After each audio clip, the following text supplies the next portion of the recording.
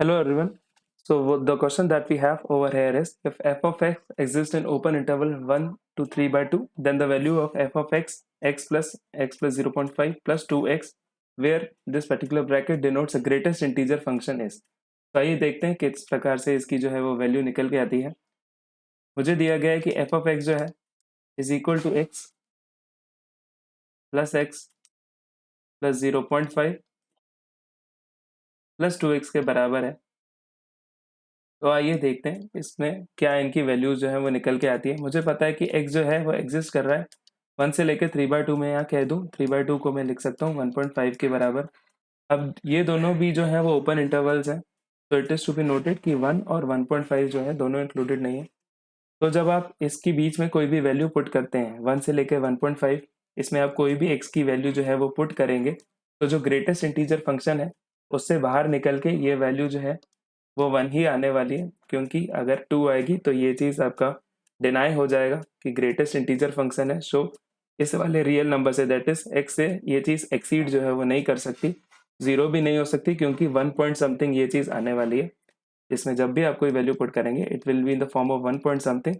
तो the greatest integer function जो है इसमें से जो निकल के आएगा वो 1 निकल के आएगा। नाउ फर्दर आप अगर आप इस चीज़ की बात करें, तो आप बात करें, अगर आप देखिए 1 आप इसमें पुट करते हैं, एक्चुअल में आप 1 भी पुट नहीं कर सकते, 1 से थोड़ी सी कुछ बड़ी ही वैल्यू होगी। दैट मीन्स आप देखिए 1.1 भी आप रखेंगे, सो ये चीज़ 1.6 के बराबर करीब आती है।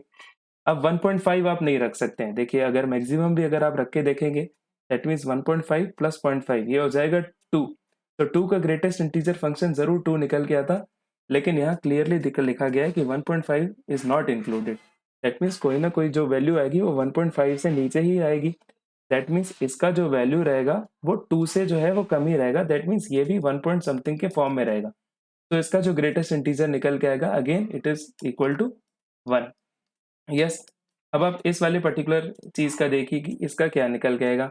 सिमिलरली अगर मैं बात करूँ 1 से कोई भी बड़ी वैल्यू है, तो दैट मीन्स आप मान लीजिए 1.1 आपने यहाँ पे पुट कर दिया, तो ये आपका 2.2 का ग्रेटेस्ट इंटीजर फंक्शन, तो दैट मीन्स ये चीज़ निकल के आएगी 2 के बराबर, राइट। आप वही कोई और आप वैल्यू ट्राई कर लीजिए, 1.3 कह दीजिए तो 2.6 का भी जो बाहर निकल के आपका 2 ही आएगा। दैट मीन्स 2 पॉइंट समथिंग के ही ये वाली चीज़ फॉर्म में आने वाली है। 1.5 अगर आप रख के देते हैं तो ये चीज़ 3 हो जाती, और उसका फिर जो बाहर जो ग्रेटेस्ट इंटीजर फंक्शन है इसका 3 निकल के आता है। लेकिन वंस अगेन मैं आपको ये चीज़ बता दूं कि 1.5 is not included. That means 3 जो है वो ये चीज़ कभी 3 तक ये चीज़ नहीं पहुंच सकती। लेटेस्ट ये चीज़ जो है वो हमेशा 2.xx के फॉर्म में ही रहेगी। दैट मीन्स यहाँ से इसका जो वैल्यू निकल के आने वाला है दैट विल बी 2। तो the required answer which is 1 + 1 + 2 which is 4. So let us look at the options that we have.